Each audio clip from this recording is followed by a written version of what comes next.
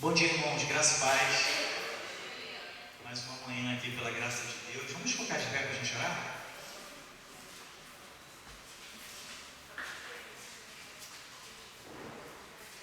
Senhor Deus, louvamos o Teu nome, Senhor, por tudo que tem feito em nossas vidas. Nós Te adoramos, Pai. Se faz presente aqui conosco, esteja conosco direcionando tudo que vai ser falado, Senhor. Te peço que Tu toque em nossos corações. Não queremos falar nada que não venha antes do Teu coração, Senhor.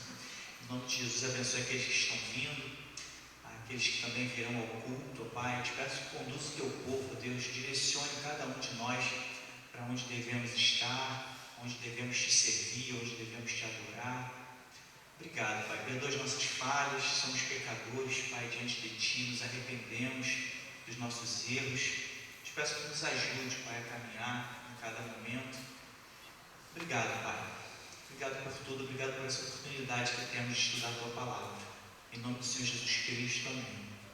Vamos sentar, meus irmãos.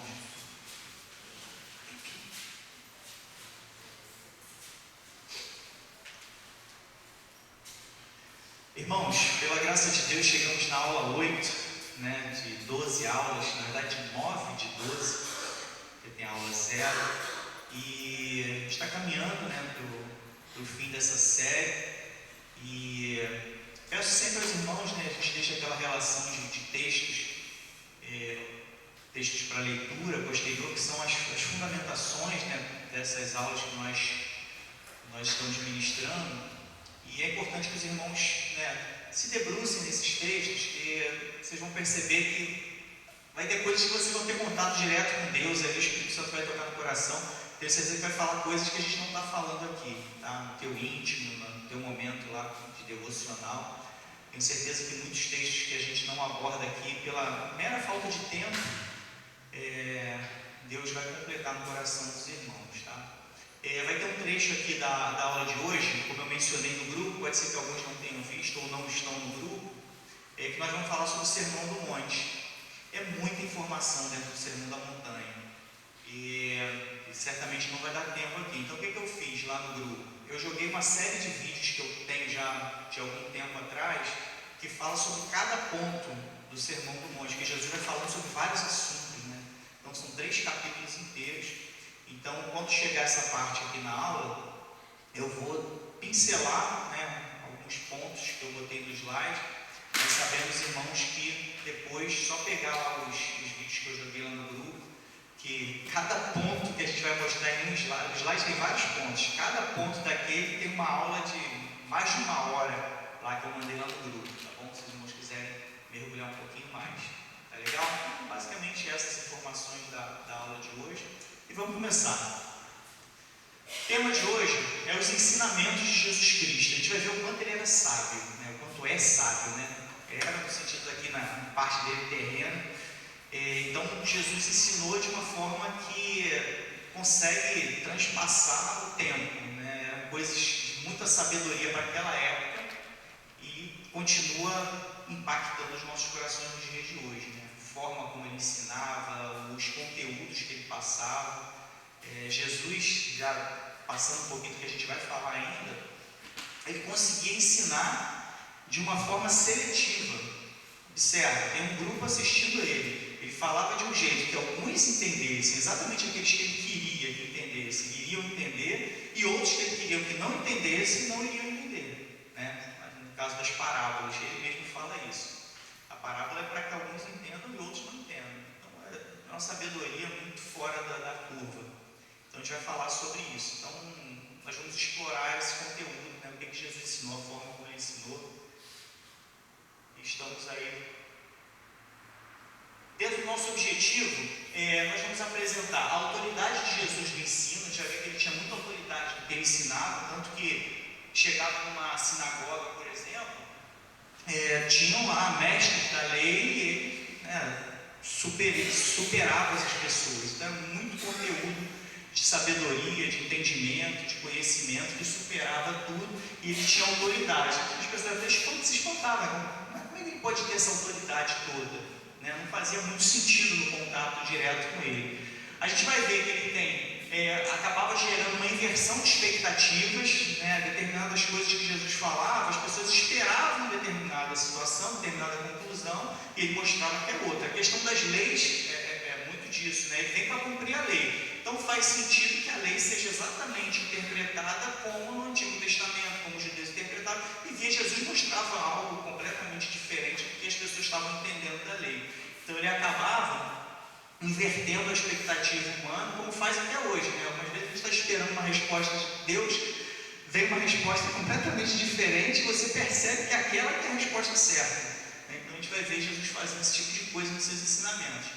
Nós vamos ver o quanto tem valor humano, né, nos ensinamentos dele, a preocupação, alguns confrontos que Jesus fazia com os fariseus, com os hipócritas de modo geral. Muitas vezes era para proteger os vulneráveis. O próprio Sermão do Monte, ele começa com as bem-aventuranças. Bem-aventurança é direto para os que estavam chorando, para os que estavam sofrendo, né? Então a gente vai ver essa preocupação com o povo durante os ensinamentos dele também. Então esse é o nosso objetivo, explorar esses pontos aí. Coloquei 4 tópicos para a gente organizar os slides. Eu vou falar sobre os sermões, vamos falar sobre as parábolas, vamos falar sobre as perguntas. Jesus ele trabalhava com as perguntas de uma forma muito interessante. Algumas vezes ele perguntava diretamente, coloquei alguns exemplos aqui, vai ensinar alguma coisa, começa ensinando com uma pergunta. Em outros momentos ele respondia com perguntas. A pessoa chegava com algum questionamento, perguntava alguma coisa para ele, ao invés de dar a resposta direta, ele respondia com outra pergunta. Então isso é muito interessante, a gente vai falar sobre isso também. E vamos falar também alguns confrontos que ele teve para ensinar alguma coisa. A gente vai ver ele falando de uma forma mais incisiva, né, de uma forma mais abrupta, para, né, tentar tocar de uma forma mais forte quem deveria ouvir aquele ensinamento. Tá bom? Aqui, meus irmãos, aquele momento grego, nossa, que eu coloquei 2 textos aí que eu achei que retratam bem o conteúdo de hoje. São 2 versículos que falam sobre ensino. João 7,16 diz: Jesus lhes respondeu e disse: a minha doutrina não é minha. A minha doutrina não é minha, né? Parece até um paradoxo. Ele falou: a minha doutrina, a doutrina é dele, amém, ele também é Deus. Mas ele fala que não é minha, é daquele que me enviou. Ele joga lá para cima, né, para Deus Pai, passando para ele que deveria ser ensinado. Tá? Por que esse texto é muito interessante? A gente trazendo para os nossos dias, quando a gente está ensinando alguma coisa, está numa posição de professor, de mestre, seja lá do que for, a sensação que alguns podem ter é que a doutrina é nossa. Vou dar um exemplo prático comigo mesmo aqui. Eu estou ensinando para os irmãos podem ter noção, sim, a sensação de, que o Glauco está ensinando é dele, vem dele. Nada disso, vem de Deus. Aí nessa condição, não sei se é nesse texto mesmo, mais embaixo, ele vai falar que somos todos irmãos. Não, está ali no outro versículo, Mateus 23:8. Nessa condição de ensino, né, Jesus é o cabeça, mestre é ele, né, que ele vai dizer que, né, vós, porém, não sejais chamados rabis, falar daqui a pouquinho sobre isso, porque um só é o vosso mestre, a saber, Cristo, todos vós somos irmãos. Então o fato de alguém estar ensinando, outro aprendendo, a gente está numa condição de todo irmão, quem está na verdade controlando tudo é o nosso mestre, tá certo? A gente precisa ter essa consciência. Nesse momento eu estou dando aula aqui para os irmãos, daqui a pouco a nossa escola vai expandir, outros irmãos vão estar comigo aqui, seja lá quem estiver aqui na frente, nós temos que sempre nos considerar como irmãos, tá? E a gente tem um mestre só, que é Jesus Cristo, tá certo? Então vamos lá, naquele primeiro versículo lá, Jesus fala que a doutrina não é dele, mas daquele que enviou. Essa aqui, nossa, não botei a canetinha, peraí, vou tentar pegar ela.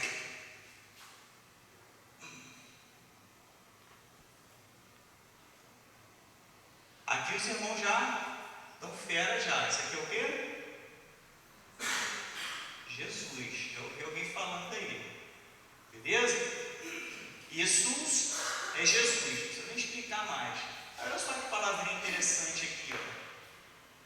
Didático. Didático lembra o quê? Didática, né? Então deve ter alguma coisa relacionada a ensino. Nesse caso, traduziram para doutrina. Doutrina. Essa palavra aqui é ensino, tá? Não sei se vai estar meio lento o processo, estou mexendo, mas o negócio está mexendo depois. Aqui é ensino, então aquela palavrinha lá está relacionada tradução mais ao pé da letra, e o meu ensino não é meu, mas daquele que me enviou. Aí eu pesquei aqui mais uma palavrinha que eu achei muito interessante para a gente falar. Estéreo. Essa palavra aqui, ó, é o verbo enviar. Por que ela é muito interessante? Ela vai aparecer muito, claro que com a terminação, que eu já expliquei para os irmãos no finalzinho, pode variar, vai aparecer muito dentro da palavra relacionada ao apóstolo Paulo, né? A questão de apóstolos de um modo geral, porque ela tem a mesma raiz. O que é um apóstolo? É um enviado, né? Vem de apistelo, que é enviado a partir de alguém ou a partir de alguma coisa. Então, antes dela vai ter um ap, né? Um alfa com pi, e a gente vai ter ali a raiz parecida com aquela ali. Tá? Então, só para os irmãos conhecerem, aquela palavra ali tem a mesma raiz de apóstolo. Aí vamos para Mateus 23:8. Vós, porém, não sejais chamados Rabi. Olha só que curioso, ó, Rabi, porque um só é o vosso mestre. Aí quando a gente vai para o grego, é a mesma palavra. Só muda o finalzinho, né? Mas significa a mesma coisa. Daskale, daskalo, daskalos. Consegue perceber que é a mesma palavra? Só o finalzinho está diferente? Então a gente traduziu para mestre e rabi, mas o original é a mesma palavra, significa professor. Basicamente isso, que alguns, né, dependendo da cultura, da localização, vão chamar de mestre, que é a mesma coisa. Então ali, não sejais chamados de professor, porque um só é o vosso professor. Por isso eu estava mencionando essa questão para os irmãos, né? A gente às vezes tem a sensação de que nós somos professores, nós ensinamos alguma coisa, o que vem de nós não vem de nós, tá? Vem do mestre, ele que é o professor dos professores, e essa palavrinha ali que está relacionada a essas duas palavras ali, rabi e mestre. Tá bom? Então vamos seguir, saímos do nosso momento de idiomas. Primeiro vamos falar sobre sermões, irmãos. O sermão é um discurso direto, tá? A pessoa está pregando, está ensinando, está transmitindo algum conhecimento. Então nós temos vários momentos em que Jesus, né, proferia sermões. Então nesses sermões ele vai falar dos mandamentos, vai explicar as leis. Como nós falamos no início, as leis já tinham uma explicação, né, uma interpretação pelos mestres da lei, pelos fariseus. Eles eram os donos da verdade, né, até Jesus chegar. Aí Jesus vai dar a explicação correta dessas leis. E como o próprio texto diz, né, ele veio para cumprir a lei. Nesses sermões, Jesus vai falar sobre comportamento, né, como é que as pessoas devem viver, né, algumas lições de vida. Então, uma série de orientações. A gente pode traduzir sermões como uma aula, né, uma pregação de uma forma geral. Então, o que eu coloquei aqui só de exemplo? O próprio Sermão da Montanha. Observa que ele está em Mateus capítulo 5, capítulo 6 e capítulo 7. Então, 3 capítulos inteiros, uma série de ensinamentos sobre diversos assuntos. Tá? Jesus fala de uma coisa, daqui a pouco começa a falar sobre outra, começa a falar sobre outra. Tá? O Sermão da Montanha, ele é uma situação bem interessante. Jesus sobe um monte. E no momento em que ele sobe o monte, ele encontra um lugar lá plano, mais ou menos plano, ele para ali e começa a ensinar para uma multidão. Tá? Então a experiência que ele tem ali é essa. Nos vídeos que eu mandei para os irmãos, eu coloquei até um mapinha lá do provável lugar, né? O pessoal acredita que foi lá que ele proferiu o sermão do monte. Então a gente tem um longo período ali de Mateus, 3 capítulos completos falando sobre isso. E os temas são basicamente esses. Tá? Ele vai falar primeiro sobre as bem-aventuranças. O que são as bem-aventuranças? Se a gente for traduzir lá, procurar no dicionário, vai estar felicidade, né? Só que bem-aventurança, só pelo fato de estar escrito bem-aventurança e não felicidade, felizes são os pobres de espírito. Só pelo fato de os tradutores terem usado uma outra palavra, dá a entender para a gente que significa um pouco mais do que felicidade, tá? Então, o que é a bem-aventurança? A ver se a gente pegar lá a palavra original que está por trás dela. É um estado de espírito, uma plenitude de felicidade que independe das condições. Tá certo? Tem uma história dessa palavra que ela remonta à Grécia Antiga, que eles atribuíam esse estado de bem-aventurança, a palavra original grega que está ali por trás de bem-aventurança. Macaios, uma coisa parecida com isso. Essa palavra era atribuída aos deuses. Por que era atribuída aos deuses gregos, lá do panteão grego? Eles estão completamente isentos dos sofrimentos do mundo. Eles não sentem fome, não estão preocupados com segurança, sabe? Estão num estado de plenitude lá no Olimpo, aquelas coisas lá da Grécia. Então, o que acontecia? Essa palavra é atribuída a eles, a esse estado. Depois, essa palavra foi utilizada para o pessoal mais nobre, uma elite na Grécia, que tem muito dinheiro, muitas posses, né? Tem muitos recursos. Então, essa pessoa poderia ser comparada em questão de não sofrer as demandas da humanidade, que não sentem fome, não tem preocupação com nada, então eles teriam esse estado também de bem-aventurança. Tá? Aí Jesus vem meio que dá uma transformada no sentido disso, porque se antes essa palavra era atribuída aos deuses e depois a pessoas muito abastadas, Jesus vai falar assim, não, acho que é Macaios ou Macaios. Macaios é o pobre. Aí meio que dá uma fica meio contraditório, né, para o costume que eles têm. Aí Jesus vai explicar a cada um, né? Dá um exemplo aqui. Bem-aventurados são os povos que choram. Por que eles são bem-aventurados? Porque eles serão consolados. Uma das ideias que a gente tem em cima disso é o seguinte, cara, os deuses lá do Olimpo, os homens abastados da Grécia, eles não têm como viver o consolo. E o consolo é um estado de felicidade plena. Você ser consolado por Deus, esse conforto que você recebe depois de um sofrimento, ou mesmo durante o sofrimento, é um estado que Jesus vai comparar a uma bem-aventurança, um estado de felicidade plena. Tá? Então a ideia é essa, passou por um processo e Jesus vai trazer um monte de situação, perseguidos pela justiça, são bem-aventurados, uma série de situações de luta que eles são considerados bem-aventurados, porque de certa forma vão receber uma resposta de Deus ou já estarão recebendo uma resposta de Deus naquele momento ali, tá certo? Então nós vamos ter ali a questão de sal e luz. Eu vou até abrir esses textos aqui, se tiver algum aqui eu vou passando no próprio texto, aí eu vejo se tem algum detalhe interessante para a gente comentar aqui.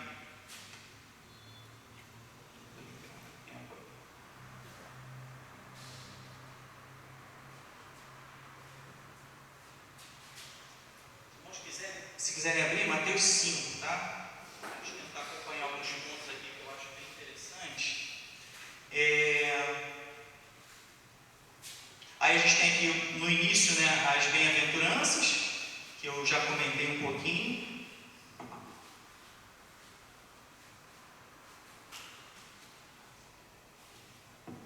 Aí a gente na sequência aqui vai ter Jesus veio cumprir a lei, né?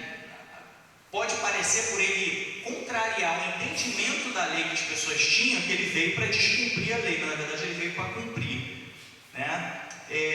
Na sequência a gente tem aqui a questão do adultério. Aí aqui ele dá um entendimento muito interessante sobre adultério. Ouviste que foi dito dos antigos, não cometerás adultério. Eu, porém, vos digo que qualquer que atentar numa mulher para cobiçar, já em seu coração cometeu adultério com ela. Ele começa a nivelar as pessoas aqui, né? Porque observa, nós às vezes condenamos pessoas que adulteraram, mas Jesus está mostrando aqui que se nós em algum momento intentamos, pensamos na possibilidade, consideramos uma chance de adulterar, nós cometemos um pecado tão ruim quanto o próprio adultério, tá certo? Então isso aqui faz a gente, né, baixar a bola um pouquinho, e pensar que o pecado está muito além da prática, o pecado está lá no coração do homem. Vamos seguir aqui. Aí aqui a gente tem aquela parte de, se tem alguma coisa que está te fazendo pecar, arranca, né? Claro que isso aqui não é um texto literal, né? Jesus está utilizando uma figura de linguagem aqui de exagero, para que a gente possa entender que a gente tem que realmente arrancar tudo que nos leva a cometer pecado. Aí a gente, não sei se eu coloquei ali na ordem, adultério, a questão do divórcio. Aí aqui a gente chega aqui no verso 43, sobre o amor ao próximo. Aqui ele vai ensinar, meus irmãos, a amar os inimigos. Pensa bem, a gente está acostumado a ouvir isso. Para a gente é muito tranquilo falar, Jesus falou para amar os inimigos. Mas pensa naquela época que Jesus não tinha ensinado isso. Era uma pancada tremenda. Eles estavam vindo de uma lei que era dente por dente, olho por olho. Então você chegar e dizer, não, você tem que amar os inimigos. E o amor que está aqui no grego é o amor ágape, aquele amor incondicional. Você vê o teu inimigo e você amar, tipo Deus amando o filho. Tá? Então a gente tem que pensar aqui que é um ensinamento completamente fora da expectativa daquela comunidade. E se a gente pensar no sentido profundo disso aqui, é algo que mexe até com o nosso íntimo também. Amar o inimigo não é fácil, vamos considerar. O cara te perseguindo, azucrinando, fazendo mal para você, você ainda tem um sentimento de amor por ele, não é algo fácil. E Jesus está mostrando aqui um amor incondicional, que não depende do que a pessoa está fazendo, não depende de nada das circunstâncias, é para a gente amar os inimigos. Aí na sequência aqui, a gente chega no capítulo 6, vai entrar na questão da esmola, da oração e do jejum. Observa que nesse texto, ele não está estimulando as pessoas a darem esmolas, não está estimulando a orar e não está estimulando a fazer jejum. Ele está ensinando como deve fazer isso, tá? E o que trata aqui mais pesadamente nessa questão é que os fariseus, eles faziam essas coisas para aparecer. Às vezes a pessoa dá uma esmola, dá uma ajuda, dá um auxílio, para de certa forma tirar algum benefício daquilo. O texto vai dizer o seguinte: se você tirou algum benefício daquilo, estou falando com as minhas palavras, se você tirou algum benefício daquilo, o teu galardão já foi recebido. Se você fez para ser reconhecido, as pessoas te reconheceram como aquele que ajudou o próximo, você já recebeu o galardão, você não precisa receber mais nada de Deus. Você buscou aquilo. Por que você fez aquilo? Para receber um galardão dos homens. Então você já recebeu para receber nada de Deus. O texto é basicamente isso, tá? Aí ele vai falar essa mesma questão na oração. O que os caras faziam?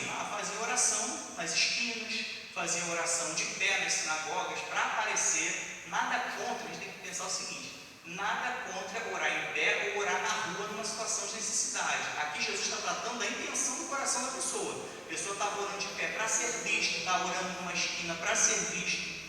Se fizer para ser visto, o galardão já foi entregue, já recebeu o seu galardão, que é ser visto, é o que a pessoa estava procurando, tá? E por fim tem a questão do jejum.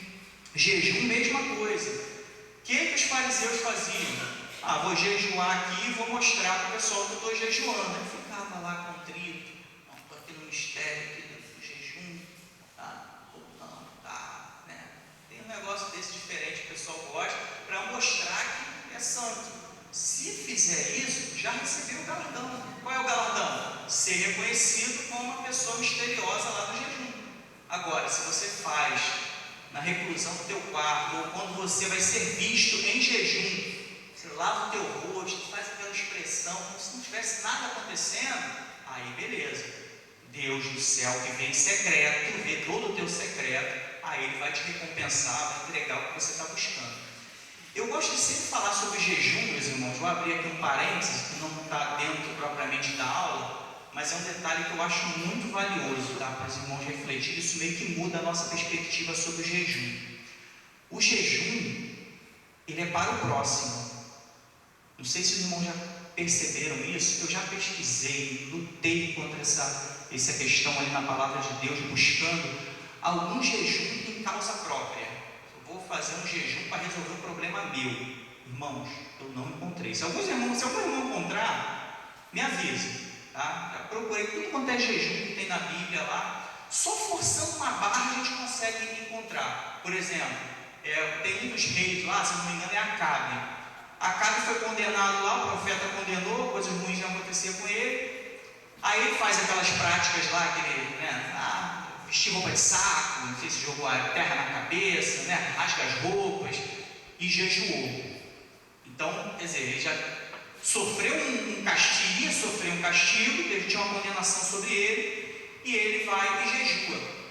Então, por que a gente tem que forçar uma barra que é uma causa própria? Porque ele estava parecendo mais uma penitência penitência dele, porque ele já tinha feito um monte de coisa e jejuou também, ficou sem comer, do que propriamente um propósito a buscar algo maior. Tá? Forçando uma barra, a gente até consegue encontrar um jejum de causa própria ali. Mas quando a gente percorre toda a Bíblia, para falar qualquer jejum aí, por exemplo, vou dar alguns exemplos aqui. Esther. Esther jejuou, beleza, para ir perante o rei, para poder ajudar o povo que ia morrer. Ela estava preocupada com quem? Com o povo. Quando ela vai, o povo também está jejuando. O povo está jejuando, pode falar, não, é pela causa própria. Não, eles estavam preocupados com a Esther, porque a Esther ia morrer. Então teve uma trocazinha ali, o povo jejuando por Esther e Esther jejuando pelo povo. Então você vê, sempre está envolvida a preocupação com o próximo. Jesus ensinando, essa casta de demônios aí só sai com jejum e oração. Qual a preocupação daquele jejum ali? Tirar o demônio daquele cara que está com aquela casta mais bravinha ali, certo? Então está preocupado com o outro. Esdras vai jejuar para ir lá falar com o rei para ver se consegue a liberação para ir reconstruir os muros. Ele está preocupado com o quê? Com o povo.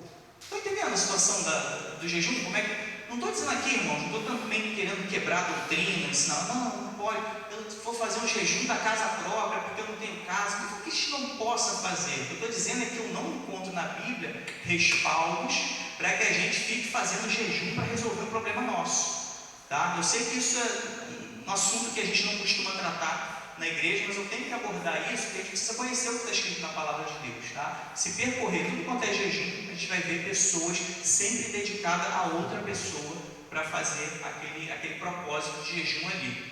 Quer ver como é que a gente muda a perspectiva? Eu estou sem casa, preciso de uma casa, tal, não sei o que, estou com problema lá no aluguel, não sei o que, não preciso de uma casa, vou fazer um jejum. Para que eu quero essa casa? É para o meu deleite ou porque eu estou preocupado com a minha família que vai ficar desabrigada? Entendendo? Então, se eu jejuo pensando nas pessoas, de modo geral, eu me aproximo do que a Bíblia me ensina. Eu estou preocupado com aquilo. Eu estou desempregado, vou fazer um jejum pelo meu emprego. Por que eu quero jejum nesse meu emprego? Só para eu conseguir um emprego das galáxias, que é bonzão e que eu vou ter luxo? Ou porque realmente eu estou preocupado com os meus filhos, que já está complicando para eu comprar o alimento? Então, a perspectiva bíblica é de um jejum voltado sempre à preocupação com a sociedade, com a família, com os próximos, tá certo? Então, precisava botar esse parênteses aqui para os irmãos meditarem nisso, que eu acho que é muito importante, tá? A gente se doar durante o jejum. Tem que falar uma coisa? Pode falar?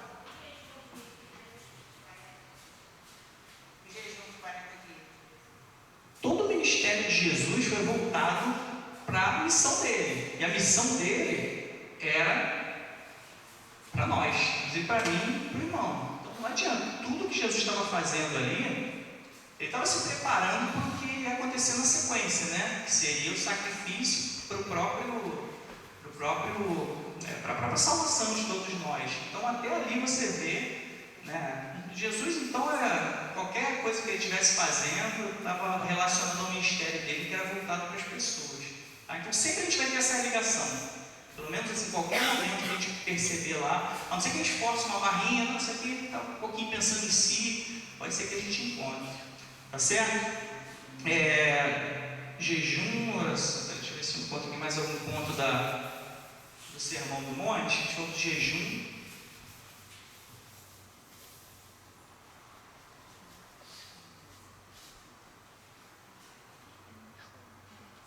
Aí aqui a gente entra nos tesouros, né? Não juntei tesouros na terra, já traça ferrugem, tudo consome, né? Aqui está orientando a gente a juntar tesouros relacionados ao céu, né? A nossa vida espiritual. Aí nesse mesmo trecho vai falar sobre a candeia do corpo, que são os olhos, né? É o olho que vai guiar a gente. Aqui tem um texto muito interessante, acho que é o 23. Se portanto a luz que há em ti são trevas, quão grandes serão tais trevas? Ele está relacionando aqui a luz, os olhos, né, como se fosse uma lanterna do corpo. Aí no 23 ele fala que se a luz que há em ti são trevas, quão grandes serão tais trevas? Imagina uma luz a luz que a gente tem é trevas. Ele não está falando da treva sendo trevas, então a luz sendo trevas. Aí ele vai dizer, a treva vai ser grande. Então cuidado com aquilo que a gente pensa que é luz e está na verdade sendo trevas, porque se a luz que nós vemos como luz for trevas, a treva é muito grande, tá certo? Ninguém pode servir a dois senhores, né? O diabo, o amor, é que ele faz aquela relação entre Deus e Mamon, Deus e riqueza, que a gente já conhece, tá? No 25 em diante, ele vai tratar da ansiedade, um mal que assola os nossos dias hoje em dia, né? A gente vê Jesus tratando da ansiedade lá atrás. Não andeis ansiosos, não quer ver de comer, de beber, de vestir. Aí ele vai trazer a questão das aves, dos lírios, né? O que é ansiedade, meus irmãos? É um excesso de futuro, né? A ciência vai dizer isso. A gente tem um excesso de futuro dentro da gente que cria essas condições de ansiedade. A partir do momento, pelos ensinamentos de Jesus Cristo, que nós, discípulos, observamos o quanto Jesus, o quanto Deus cuida de aves simples ali, que as aves não morrem de fome, os lírios nascem, as plantinhas nascem, tudo sendo cuidado, sem ninguém meter a mão, sem ninguém fazer nada. Imagina o que Deus não faz pela gente, né? Então, isso aqui que Jesus vai trazer nesse trecho. Aí a gente chega já no capítulo 7, falando sobre não julgar, né? Nós não somos juízes de nada, tá, meus irmãos? Não tem essa ideia da gente ficar julgando, é coisa para juiz. Aí ele chega a chamar aqueles que julgam de hipócritas. Eu já expliquei para os irmãos aqui que hipócritas é ator, né? A gente está julgando, a gente se compara a um ator interpretando um papel de juiz. Não, eu quero ser juiz, vou julgar meu irmão. Tá furado, está hipócrita. Aí ele fala, tira a primeira trave do teu olho, então você vai ver claramente, imagina, eu vou julgar meu irmão por causa de um cisco, eu estou cheio de trave atravessada no meu olho.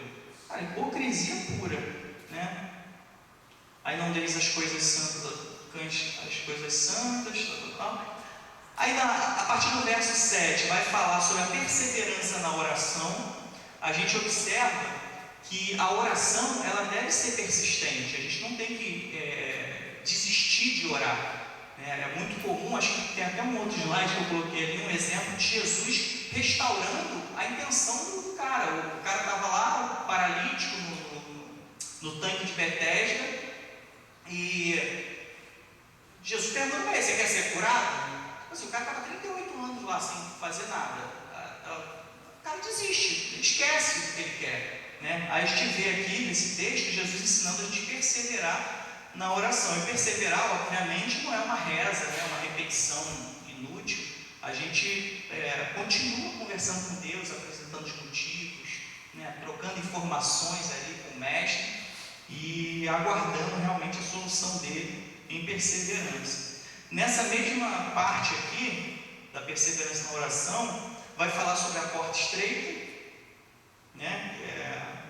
Entrar pela porta estreita, porque larga a porta, espaçoso o caminho que conduz à perdição, e muitos são os que entram por ela. Porque estreita é a porta e apertado o caminho que leva à vida, e poucos há que a encontrem. Não diz nem poucos há que entrem, diz que encontrem, diz que nem vai encontrar a porta. Aí entra a nossa missão de conduzir as pessoas para encontrar essa porta.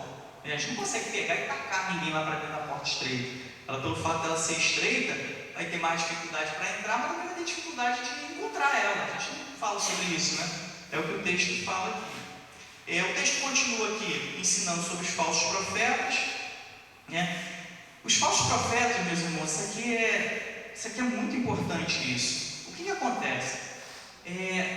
Nós costumamos julgar e julgamos mal os nossos profetas, nossos pastores, nossos líderes, pelas coisas que eles fazem ou pelas coisas que eles fizeram.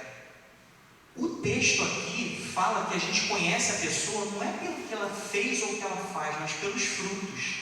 Isso meio que quebra a gente, né? Eu não tenho que observar o que aconteceu no passado ou o que está acontecendo no presente, eu tenho que observar os frutos.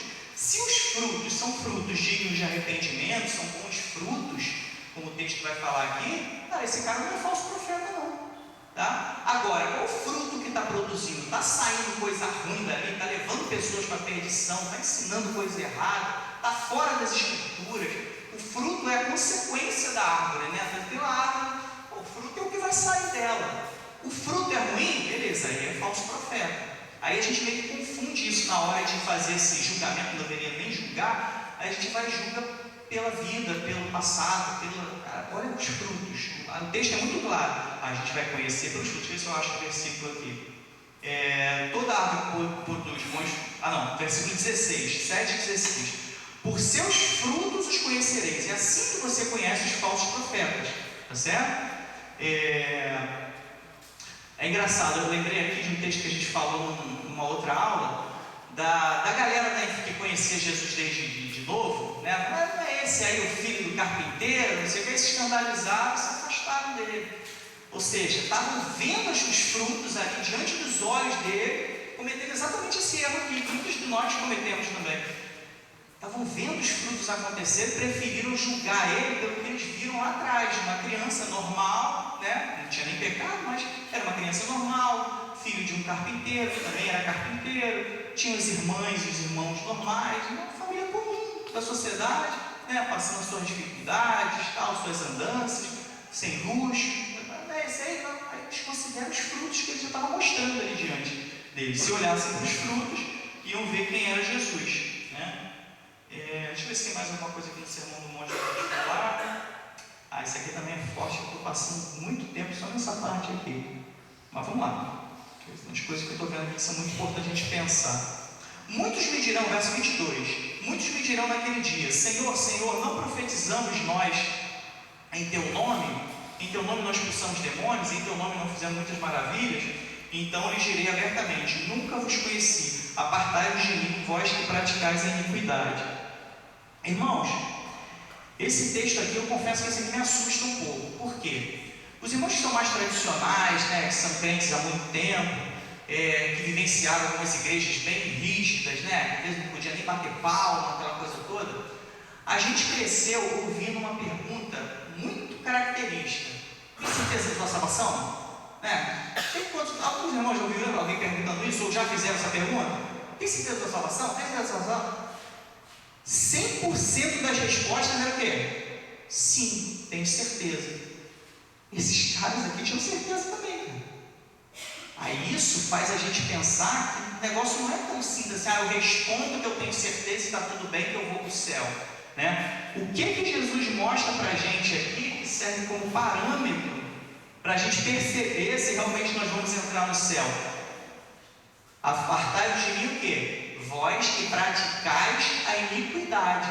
Esses caras tinham certeza que iam para o céu. Olha só as coisas que eles fizeram, coisa que nós nem fazemos, profetizaram, expulsaram demônios, fizeram maravilhas. Quem não vai ter certeza que vai para o céu com essas coisas acontecendo? Diante dos seus olhos, com as tuas próprias mãos.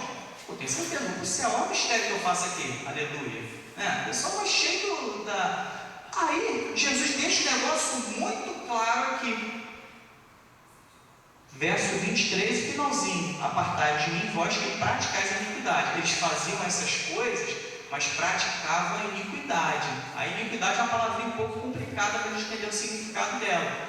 É basicamente você se opor às coisas de Deus, tá? A origem dessa palavra lá no grego, ela é uma oposição, inicialmente lá atrás, uma oposição à lei, e ela vai ser ligada, nesse momento aqui pelo contexto, à lei de Deus ou à vontade de Deus. Então, quem são os iníquos? São os que se opõem a Deus, de alguma forma, tá? Se opõem à vontade de Deus. Então, não adianta nada eu expulsar demônios, fazer maravilhas. Qual é o outro que fala aqui?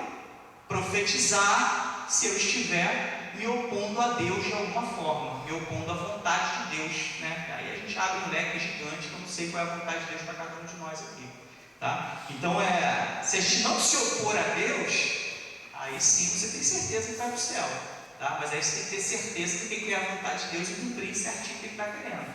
Os milagres, as coisas que vão acontecer são consequências disso, tá certo? Então vamos seguir, meus irmãos. Estou falando bastante sobre o Sermão do Monte, eu vou ter que acelerar um pouquinho o restante aqui.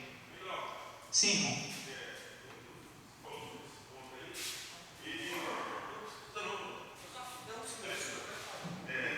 Ele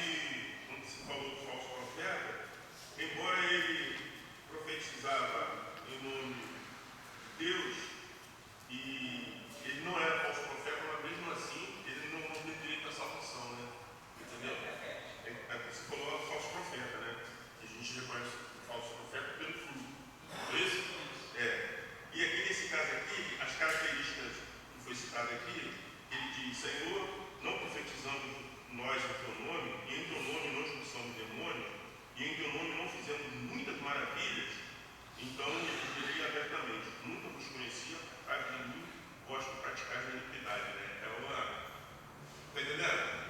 Acho que o que o irmão falou é bem forte isso aí. Irmãos, eu acho que o que o irmão está querendo mostrar aqui é que o fato de profetizar não significa que a gente vai produzir bons frutos. Mais ou menos nessa linha, né? Você pode proferir profecias, né? Você pode profetizar, pode fazer milagre, pode fazer uma série de coisas, e os teus frutos serem ruins. Às vezes você tem o dom para realizar determinadas coisas que você está realizando para o seu próprio deleite, né? Ou usando esses dons para conduzir pessoas. Vamos dizer, nós temos aqui dom de ensinar.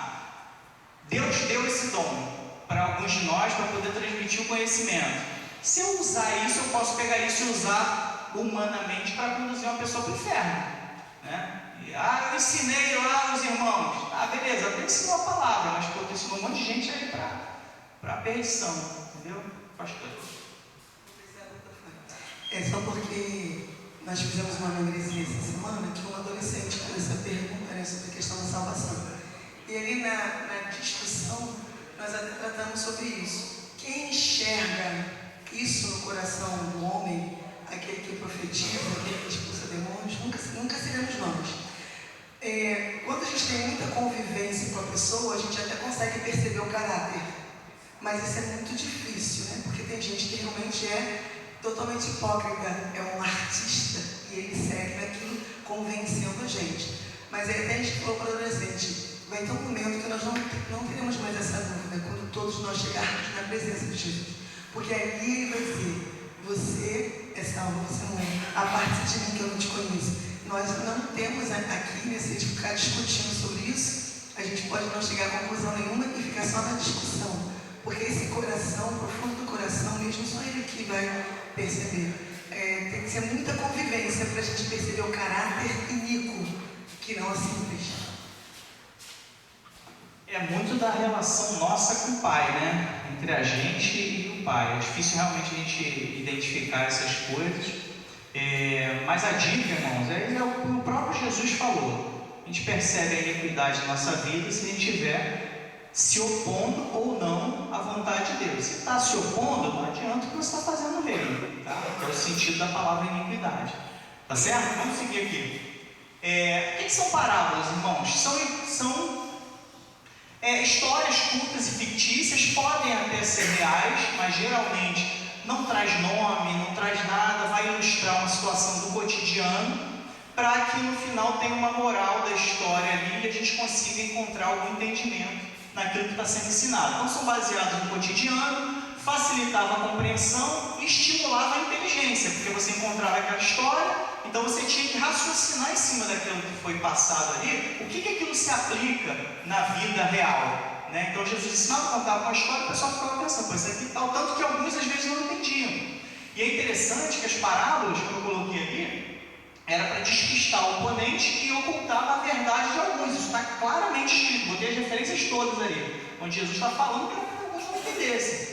E sabe o que é mais interessante nesse texto? Se Jesus utilizava parábolas para que alguns não entendessem o que ele estava ensinando, e em alguns momentos os próprios discípulos não estavam entendendo, é porque alguns de nós, né, desde aquela época, se a gente não está entendendo, é porque a gente se compara àqueles que estão sendo despistados. Então eu gosto de uma fala, se eu não me engano, é de Agostinho, né, que a Igreja Católica vai canonizar como Santo Agostinho. Eu acho que a fala é dele. Ele fala assim: se eu não estou entendendo a palavra, ele fala com as minhas palavras, então eu não lembro exatamente do texto. Se eu não estou entendendo o que eu estou lendo da palavra de Deus, o problema não está na palavra de Deus, o problema está em mim.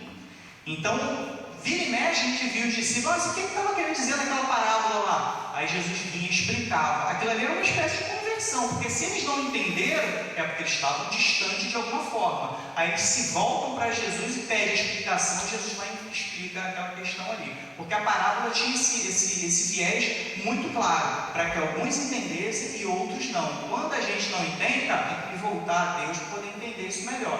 Tá? E era o que acontecia com os discípulos, eles se voltavam para Jesus para resgatar alguma coisa que se perdeu para que eles não entendessem, né? Então tinha uma reflexão em cima dessa história, né? Uma moral da história. Aí eu botei alguns exemplos clássicos ali que a gente conhece, né? O filho pródigo, o bom samaritano, o semeador. Só um detalhezinho ali, essa questão de o bom samaritano, essa palavra bom não está no texto bíblico, tá só no título. Então não é inspirado o fato de ser bom. Jesus estava tentando mostrar que o samaritano poderia ter samaritano. Ele só falou, no texto só fala o samaritano, havia um samaritano, alguma coisa assim. Mas no subtítulo, que não é texto bíblico, aí tem lá parábola do bom samaritano ou o bom samaritano. Então o que acontece? Só rapidamente, aqui tem muito tempo para isso. Samaria vivia um conflito com os judeus, né? Isso desde depois de Salomão, porque dividiu, né? Israel ficou para cima, era tudo Israel. Quando em Roboão dividiu o reino, ficou Israel para cima e Judá para baixo. Capital em Judá, Jerusalém. Capital da parte de cima, que fosse Israel, era Samaria. Samaria foi invadida pelo lado de cá, né? Tem que ser ao contrário. Foi invadida pela Síria e aí começou a misturar um monte de gente lá, teve mistura de sangue, né? O pessoal, os samaritanos, nem eram chamados samaritanos ainda era israelita, né? Eram hebreus ainda, se misturaram, teve mistura de sangue, mistura de religião. Então, e a galera lá de baixo se manteve, mesmo em cativeiro babilônico, se manteve íntegro ali, não, a gente continuou com a nossa fé. Enquanto a galera de cima se misturou. Então tinha esse conflito, tipo assim, nós somos os puros aqui embaixo, vocês aí de cima são os mestiços que se misturaram. Então a gente vai ver muito conflito com Samaria, né? Em vários momentos aí a gente vai ver tendo esses problemas com os samaritanos. Aí Jesus estava ensinando para ele, o que o samaritano está fazendo? Está cuidando do próximo, vocês estão fazendo isso. Tá? Então essa aqui é a questão. O fato de falar bom, esse título eu achei um pouquinho não apropriado, porque dá a entender que Jesus, se a gente atribuir o bom samaritano a Jesus, a gente vai entender que Jesus está assumindo que os samaritanos são ruins. Ele está trazendo um exemplo bom de que lá na Samaria tinha gente fazendo coisas que os judeus não estavam fazendo. Tá certo? Então a gente tem a parábola do semeador, né? Vou ter até uma ilustraçãozinha lá, dependendo de onde colocar a semente, né? Vai crescer, se cair na terra fértil vai crescer, se cair nas pedras não vai, se cair nos espinhos não vai. Então a gente tem uma ilustração muito boa que vai se comparar ao reino de Deus. Botei uma atenção ali muito especial ao caso Rico e Lázaro, tá? Isso aí eu aprendi na época do seminário, isso aí, né? Essa questão, porque tem uma discussão se isso é uma parábola ou não, né? Boa parte entende que não é uma parábola, tá? Porque ele conta uma historinha, né? O rico vai para o inferno, né? Vai para o Hades, o outro vai para o seio de Abraão. Mas tem um detalhezinho que meio que quebra a estrutura das parábolas, é o fato de citar nome. Deu um nome lá, o rico não deu nome, mas deu o nome Lázaro. Por que botou o nome do cara ali? Então alguns acreditam que isso é um fato real, tá? Que Jesus não estava contando parábola nenhuma ali, ele estava contando algo que realmente aconteceu ou que viria a acontecer. Deixou um ensinamento como se fosse uma parábola, mas a estrutura foge um pouquinho da estrutura das parábolas, tá? Então vamos lá, rapidinho.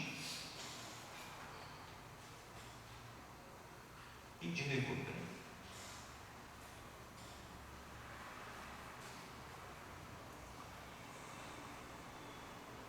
Agora, com relação às perguntas, meus irmãos, Jesus, ele ensinava muitas vezes fazendo perguntas. Olha só o que ele falou com os discípulos: quem dizem os homens ser o filho do homem? Aí depois ele vai, aí os discípulos respondem, né? Aí ele vai depois pergunta de novo: e vocês? Quem dizem que eu sou? Olha só que interessante. Ele faz os discípulos pensarem, fazer um confronto de ideias para ver se eles estavam se assemelhando aos outros. O que estão falando aí que eu sou? Aí vocês, o que vocês falam que eu sou? Então isso, né, faz com que o próprio discípulo encontre a resposta dentro da palavra de Deus, a partir de perguntas bem direcionadas por Jesus Cristo. Forçava os discípulos a raciocinar, estimulava a convicção, porque eles iam se comparar ali, esses caras lá estão dizendo uma coisa, Pô, se a gente disser aquilo lá, a gente está igualzinho a eles. Não, a nossa fé está aqui. Estou pensando dessa forma. Então isso gerava convicção neles, porque eles iam acabar se comparando com as pessoas que estavam pensando errado. Em João 6, a gente vê Jesus falando com Filipe, né? Onde compraremos pão para estes comerem? E o próprio texto diz que Jesus sabia o que tinha que fazer. O texto está escrito lá, não botei aqui, mas Jesus sabia o que tinha que ser feito. Mas ele perguntou, deu a oportunidade de Filipe raciocinar, fazer conta, né? Dando oportunidade para que o discípulo, né? Para nós aqui de um modo geral, a gente encontre soluções baseadas na própria palavra de Deus, a partir de perguntas. Aí aquele exemplo ali que eu citei para os irmãos, né? Do paralítico lá, do tanque de Betesda. Quer explicação? 38 anos que o cara era paralítico ali, passando aquela mendicância ali. Jesus sabia que ele queria ser curado? Óbvio que sabia. Só que Jesus teve que dar uma resgatada nisso. O cara, 38 anos de paralítico, ele para de orar, cara, para de pedir a Deus.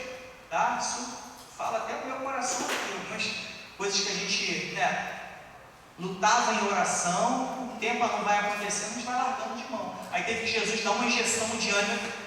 Quer mesmo ser curado? Aí o cara, quero. Aí acontece o milagre. Tá? Então essas perguntas vão despertar, vão restaurar a vontade da pessoa. Então muitos ensinamentos no dia a dia de Jesus Cristo, ele fazia por meio de perguntas. A gente sempre acha que pergunta é algo não tem a resposta ainda, mas a própria pergunta leva a gente à solução. E a gente tem respostas com perguntas. Eram perguntas muitas vezes instigantes, que ele fazia contra as armadilhas que as outras pessoas faziam.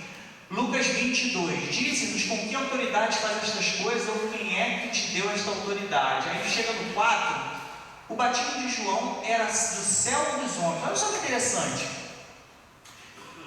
Os fariseus, vendo lá ele fazendo algumas coisas, ensinando e tal, perguntam para Jesus, com que autoridade você faz isso? Ou quem te deu essa autoridade? Jesus podia responder tranquilamente ali, não é Deus que dá essa autoridade, ou sou eu mesmo, a autoridade é minha, podia falar o que ele fosse. Mas ele muda de assunto abruptamente, aí pergunta, o batismo de... Não, vou fazer uma pergunta, né? Ele fala que vai perguntar ainda, eu vou fazer uma pergunta para vocês também. O batismo de João é do céu ou dos homens? Aí o que isso gera? Os caras vão, o texto vai falar que eles vão arrazoar, né, entre eles, vão se reunir. Botei até uma ilustraçãozinha ali. A hoje é uma benção, né? Quando a gente sabe usar ela direitinho. Botei até, eles arrazoando ali, e Jesus esperando a resposta. O que os caras pensam? Botaram os caras para pensar. Eles perguntaram, Jesus não respondeu, mandou outra pergunta. Fizeram os caras pensar. Aí o que os caras pensaram? Olha, se a gente falar que o batismo de João é do céu, ele vai perguntar por que a gente não acredita. Mas se a gente falar que é dos homens, essa galera aqui vai matar a gente, porque eles gostam de João. Aí o que eles fazem? Tenta imaginar a cena, meus irmãos. Os caras com muita autoridade, conhecedores da lei, tinha público vendo. Aí os caras dá essa razoada, né, entre eles, aí voltam para Jesus. Não sabemos não. E responde, ele sabe, não tem resposta. Então já começou a bagunçar eles ainda. Aí para piorar a situação deles, a gente fala, também não vou responder você não. Simples assim, ele não respondeu sobre a autoridade, não respondeu sobre o batismo, e simples, corte rápido, né, tramontina, também não vou falar nada com você mais não. Sabe? Ele simplesmente acaba assim ali aquela discussão.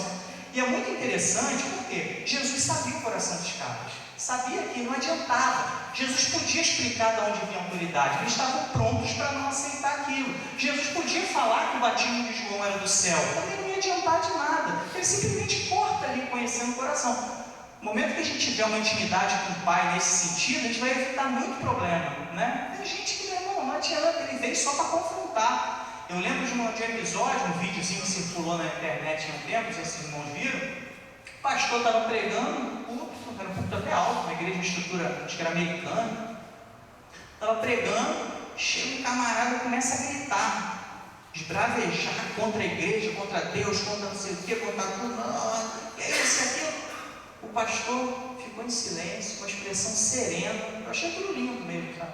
Ficou sereno, olhando, não deu uma resposta. Os irmãos também ficaram tranquilos, fizeram nada. Momento arrepio, cara. Ficou um tempão, vídeo longo, um tempão ali. Aí depois de um bom tempo, aí veio a polícia, retirou o carro e levou. Aquele cara já veio pronto para afrontar, como a gente viu os fariseus ali. E na serenidade, a situação toda foi resolvida. Porque se o pastor está falando, não, isso aí não está errado, eu não sei o que, vai se igualar a ele, tá? Mas claro que para fazer isso, eu não aconselho esse tipo de pensamento, que isso pode levar a gente a um equívoco que, eu não vou levar a palavra de Deus mais para ninguém. O cara lá é contrário à palavra de Deus, não vou pregar para ele porque ele não vai ser salvo. Irmão, isso aí é outra história. Existem pessoas completamente avessas ao Evangelho, que se convertem de uma forma maravilhosa e sobrenatural, tá? Isso aqui não dá a gente direito, esse cara aí não quer saber de Deus, vou largar ele de mão, não. Continua orando, continua perseverando.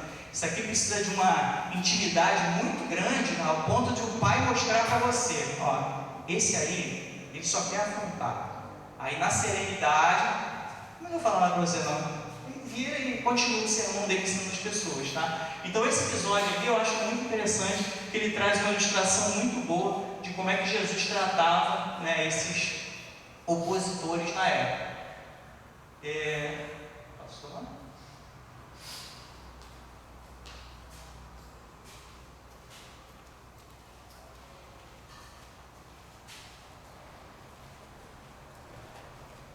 Aperta a setinha para passar. Já foi? Deixa. Obrigado.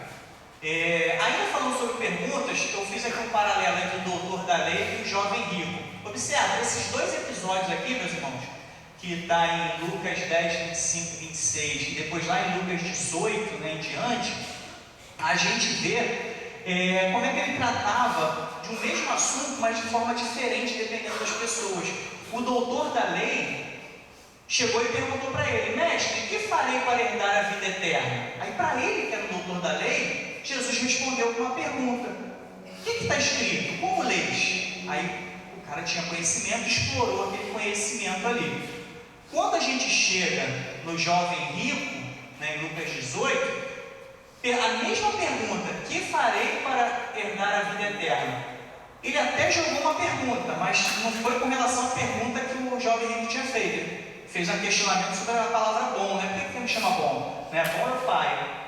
Aí ele faz a pergunta, ele mesmo responde, ninguém é bom senão um que é Deus. Aí ele vai e responde a pergunta do jovem. Não adulterarás, não matarás, não furtarás, tal. E segue, aí o jovem rico responde todas as coisas que tem observado, desde a minha mocidade. Aí Jesus, conhecendo o coração, aí rolou ali um diálogo normal, não teve aquela coisa de, mandar uma pergunta, como ele fez quando mostrei no slide anterior, né, fazendo uma pergunta ali para confrontar, nada disso. Ele foi seguindo o trâmite, mas infelizmente, a gente vê ali, mais ouvindo ele isto, né, Jesus falando que faltava uma coisa, verso 23, mais ouvindo ele isto, ficou muito triste porque era muito rico. Lá em Mateus e Marcos, esse mesmo texto vai estar a palavra retirou-se, triste, né? Então, aquilo ali que Jesus, que conhecia o coração, trouxe para ele falou, isso aqui não dá, aí ele sai triste. E o que é interessante, também conhecendo o coração, assim como ele conhecia o coração dos fariseus, Jesus não faz nada. O texto não registra ele indo atrás desse jovem, não, peraí, deixa eu explicar melhor para ver se você aceita. Não, o cara já estava determinado que não dava para largar as riquezas, e ele simplesmente se retira triste, e o texto não registra Jesus correndo atrás, como um pastor correndo atrás de uma ovelha perdida. Porque ali, o que o texto mostra para a gente, que aquilo ali já não era mais uma ovelha perdida, uma decisão dele, pessoal, de que não tinha como seguir Jesus Cristo. E Jesus deixa ele ir tranquilamente. Tá? Tranquilamente não, obviamente com tristeza, mas sem qualquer intervenção.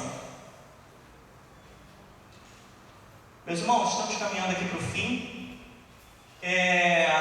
Os confrontos, tá? A gente tinha vários ensinamentos que Jesus trazia para realmente confrontar as pessoas. Então ele trazia alguns ensinamentos de uma forma mais incisiva, tá? Para combater determinadas hipocrisias, para corrigir a rota de algumas pessoas e também para proteger vulneráveis. A gente tem aqui um exemplo muito interessante em Mateus 23, que são os 7 ais, né? Ai daquele que fizer isso, ai daquele que fizer aquilo, direcionado aos fariseus.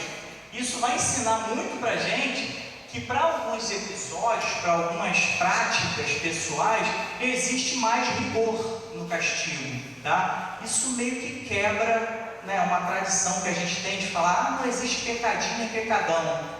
Acho que o irmão já ouviu essa frase, né? Às vezes a gente repete isso, porque a gente ficou ouvindo um monte de gente lá no passado falar isso. A Bíblia, a gente até entende a intenção, né? Que tudo é pecado, então todos são pecadores. Mas essa questão do diminutivo e do aumentativo, né? Pecadinho e pecadão, existem sim gradações, tanto que as consequências são diferentes. Esse texto é muito claro. Jesus vai falar, né, em Mateus 23, que para esses caras que estavam explorando as viúvas, os caras iam um pretexto de oração para explorar os recursos das viúvas, para fazer um monte de coisa errada, são 7 condenações que Jesus mostra ali. Para esses caras iam ter mais rigor no juízo. Então, se tem um rigor maior, é porque o pecado deles feriu mais, né, ou pelo menos a vontade de Deus. Tá? A gente tem, isso aí para ilustrar melhor, para vocês entenderem o que eu estou querendo, eu estou acelerando por causa do tempo. Mas se a gente for em Provérbios, se não me engano, acho que capítulo 6, a gente vê lá 6 coisas que Deus odeia e a 7ª ele abomina. Então ali a gente vê uma gradação nas coisas. Claro que a gente tem que considerar a questão poética do texto, né, que a gente tem ali, a 7ª, para os irmãos entenderem, é dissensão entre os irmãos. O que eu falei agora é Provérbios, acho que é o capítulo 6, eu não sei o versículo não. Você tem uma série de coisas lá, 16, né? 6, versículo 16. Aí começa, né?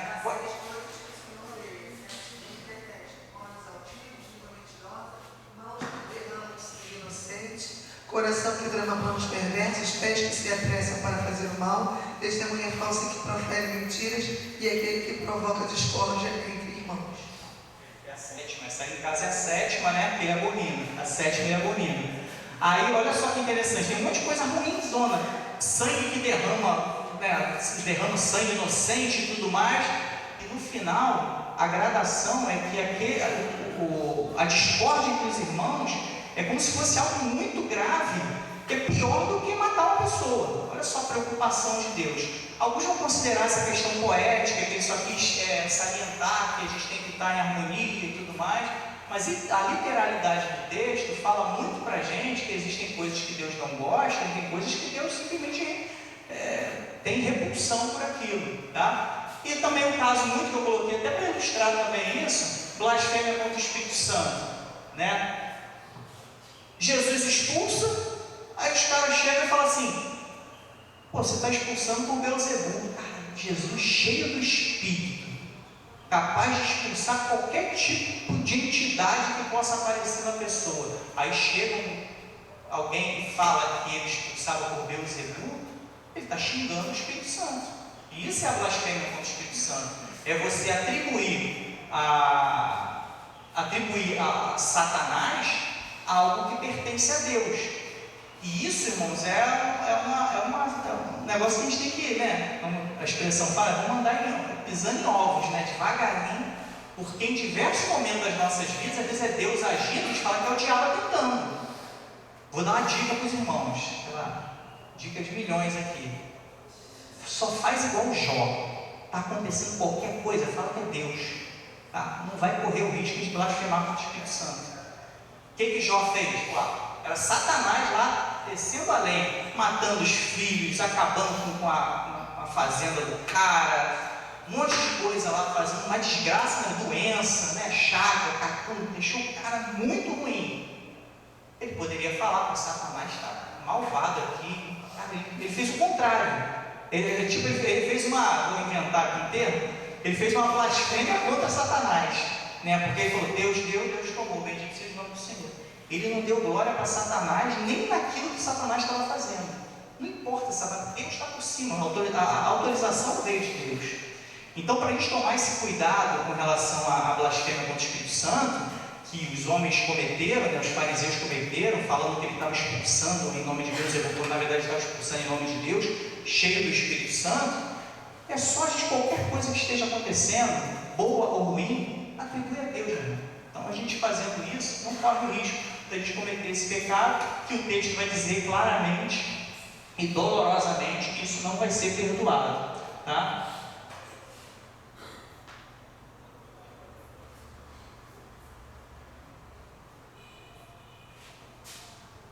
Perdão essa falha técnica, irmãos.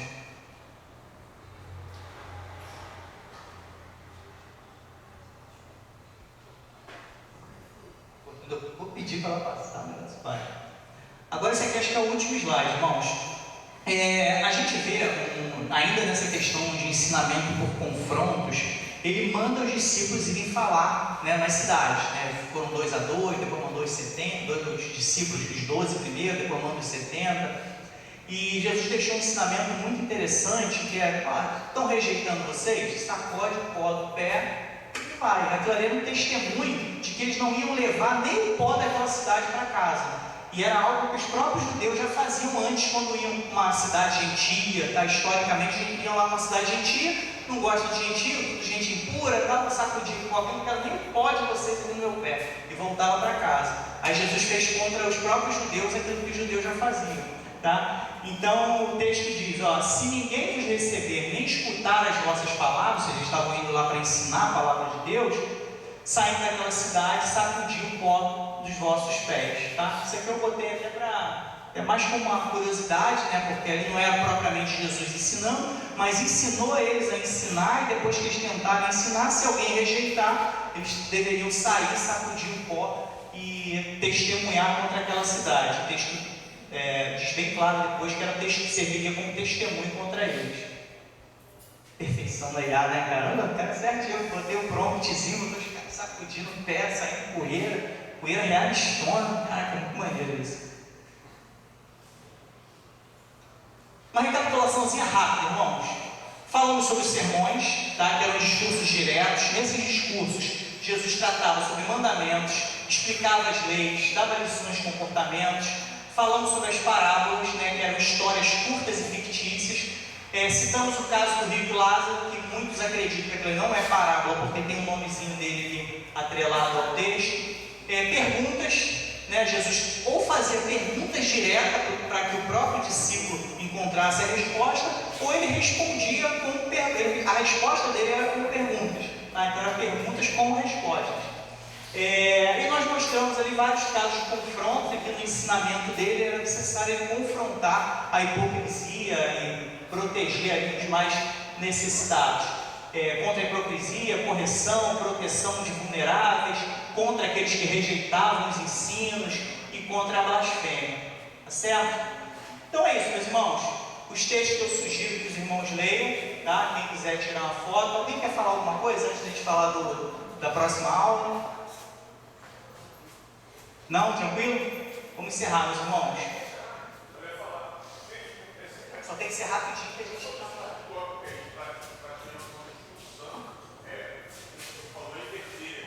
É inverter a ordem aí, o que é de Deus, colocar na conta de Satanás. Esse que é blasfêmia contra o Espírito Santo, né? Baseado nessas coisas. Sim, a blasfêmia é prática, eu vou falar na nossa língua aqui, é como se fosse um xingamento. Você xingou o Espírito Santo de uma coisa ruim. O que eles fizeram ali foi, ele fez algo em nome de Deus e falaram que foi em nome de Satanás. Então eles descredenciaram a função do Espírito Santo ali em Jesus Cristo para fazer aquela expulsão de demônios. Então, nesse descredenciamento, eles estavam ofendendo o Espírito Santo de Deus.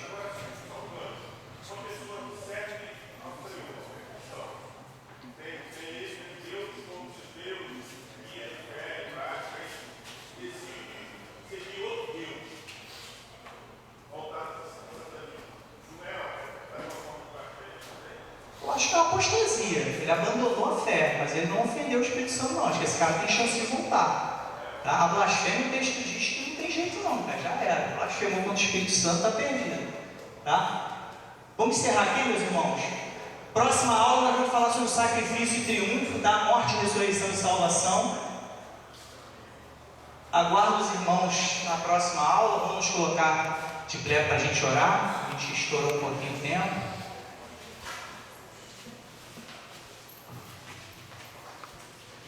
Senhor Deus, te damos graças, obrigado, Pai, por tudo que pudemos estudar aqui, Senhor. Te peço que tudo que foi passado da Tua parte aqui encontre morada em nossos corações, nos abençoe no transcorrer desse dia. Te peço que nos prepare os nossos corações para Te adorar, ó Deus, em espírito e em verdade, nos orienta, nos guia, perdoa as nossas falhas e nos ajuda, Senhor Deus, na preparação para as próximas aulas, para os próximos encontros. Em nome do Senhor Jesus Cristo é que eu te oro, Pai. Amém. Bem, meus irmãos, estamos encerrados. Deus abençoe.